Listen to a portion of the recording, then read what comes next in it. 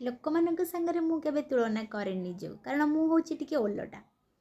ଯେତେବେଳେ କି ଅନ୍ୟମାନଙ୍କର ସ୍କ୍ରିନଶଟ୍ ପଠାନ୍ତି ଚାଟିଂର, ଅନ୍ୟମାନେ କ'ଣ କରନ୍ତି ନା ଚାଟିଂ ପଢ଼ନ୍ତି କ'ଣ ଲେଖା ଅଛି, କିନ୍ତୁ ମୁଁ ଦେଖେ ଫାଷ୍ଟ ସେଟା କେଉଁ ନାଁରେ ସେଭ୍ ଅଛି, ମୋବାଇଲରେ କେତେ % ଅଛି, ଚାର୍ଜ ଲାଗିକି ଅଛି ନା କଢ଼ା ହେଇକି ଅଛି, ସେଥିରେ ଟାୱାର ଅଛି କି ନାହିଁ, ୱାଇଫାଇରେ ଚାଲୁଛି ନା ଡାଟାରେ ଚାଲୁଛି, କେତେଟା ସିମ୍ ପଡ଼ିଛି ଫୋନ୍ରେ, ସେଇଟା ଆଇଫୋନ୍ ନା ଆଣ୍ଡ୍ରଏଡ଼୍ ଫୋନ୍।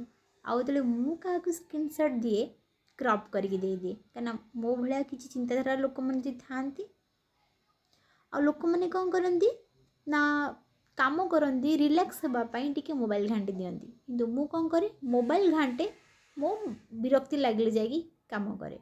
ଲୋକମାନେ ଯାଆନ୍ତି ଗ୍ରୋସରୀ ଦୋକାନ, ସପିଂ ମଲ୍ ସପିଂ କରିବା ପାଇଁ, କିନ୍ତୁ ମୁଁ ଯାଏ CCTV ଫୁଟେଜ୍ରେ ମୁଁ କେମିତି ଦେଖାଯାଉଛି ସେଇଟା ଦେଖିବା ପାଇଁ। ଭିଡ଼ିଓ କଲ୍ କରନ୍ତି କେହି ଆମ ଘରେ, ଆମ ରୂପା ହଉ କି ମୋ ମା ହଉ ଭିଡ଼ିଓ କଲ୍ କରନ୍ତି, ସେମାନଙ୍କୁ ଦେଖିବା ପାଇଁ ସମସ୍ତେ କ'ଣ କରନ୍ତି ନା ନିଜ ଲୋକମାନଙ୍କୁ ଭିଡ଼ିଓ କଲ୍ରେ ସ୍କ୍ରିନ୍ଟାକୁ ବଡ଼ କରନ୍ତି, କିନ୍ତୁ ମୁଁ କ'ଣ କରେ ନା ମୋ ଫଟୋଟାକୁ ବଡ଼ କରିଦିଏ ଦେଖିବା ପାଇଁ ମୁଁ କେମିତି ଦେଖାଯାଉଛି। ୱିକ୍ ଅଫ୍ରେ ଯାଆନ୍ତି ବାହାରକୁ ସମସ୍ତେ ବୁଲିକି ଏନ୍ଜୟ କରିବା ପାଇଁ, କାହିଁକି ନା ମାଇଣ୍ଡ ଟିକେ ଫ୍ରେଶ୍ ହେଇଯିବ, କିନ୍ତୁ ମୁଁ ଯେତେବେଳେ ଯାଏ ମୋ ପାଖରେ ଗୋଟେ ଓଲଟା ହେଇଯାଏ, ସେଠିକି ଗଲା ମାନେ ମୋତେ ପୁଣି ଥରେ ଯିବାକୁ ଇଚ୍ଛା ହୁଏ। ଆଉ ସେମିତି ନା।